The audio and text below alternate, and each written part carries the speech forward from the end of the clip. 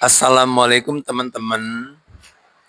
Kali ini kita ingin berbagi tips persiapan sebelum kita melakukan touring. Terutama touring dengan menggunakan motor matic ya teman-teman.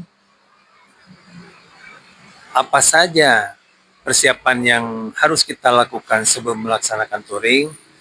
Satu, cek kondisi motor teman-teman. Lakukan servis secara berkala sebelum berangkat. Pastikan kondisi motor kita itu fit sebelum melakukan perjalanan jauh. Periksa lampu, baik lampu depan ataupun lampu belakang. Periksa juga klaksonnya, remnya, termasuk minyak rem, juga kampas rem. Kita lihat ban, apakah masih layak untuk melakukan perjalanan jauh. Oli mesinnya, juga gardan, serta kondisi CVT terutama motor matic ya teman-teman. Motor yang kapasitas mesinnya 150 cc ke bawah itu biasanya ideal. Lebih ideal untuk melakukan touring karena tenaganya lebih kuat dan stabil.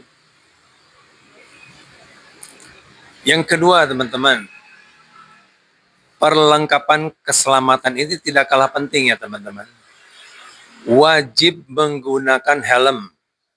Apalagi yang lebih diutamakan itu helm yang full face sesuai dengan standar untuk menghindari benturan-benturan yang terjadi kepada kepala kita.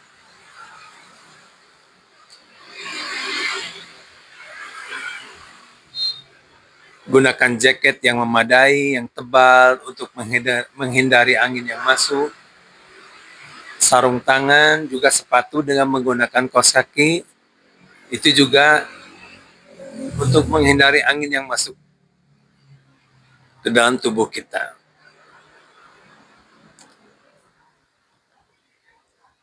Untuk perlindungan ekstra ya teman-teman, kalian bisa menggunakan jaket yang menggunakan body protector. Body protector yang disiku seperti ini ya teman-teman.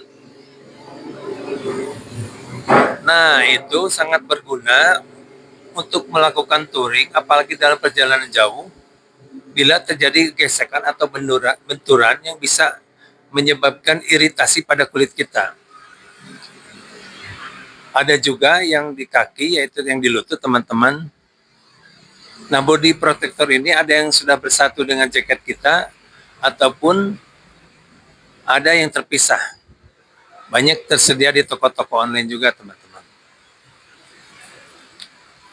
Nah, yang ketiga, pengaturan barang ya teman. Bawa barang secukupnya, sesuai kapasitas motor. Gunakan tas atau box yang tidak mempengaruhi keseimbangan motor. Jadi, tas atau box tersebut jangan terlalu besar atau terlalu kecil. Seimbang aja sesuai dengan kapasitas motor sehingga tidak mengganggu perjalanan kita. Nah, yang keempat, perlengkapan darurat ya teman-teman.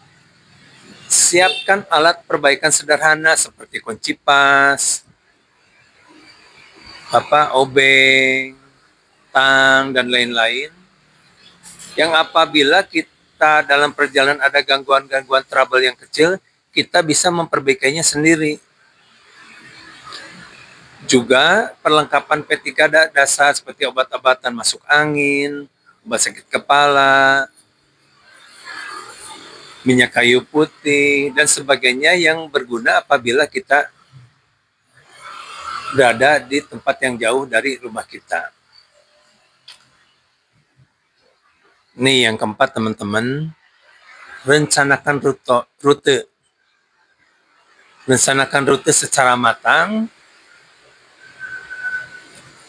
karena apabila kita tidak merencanakan rute itu, bisa-bisa kita terjebak dalam jalanan yang macet dan padat, sehingga kita bisa boring dalam perjalanan, teman-teman.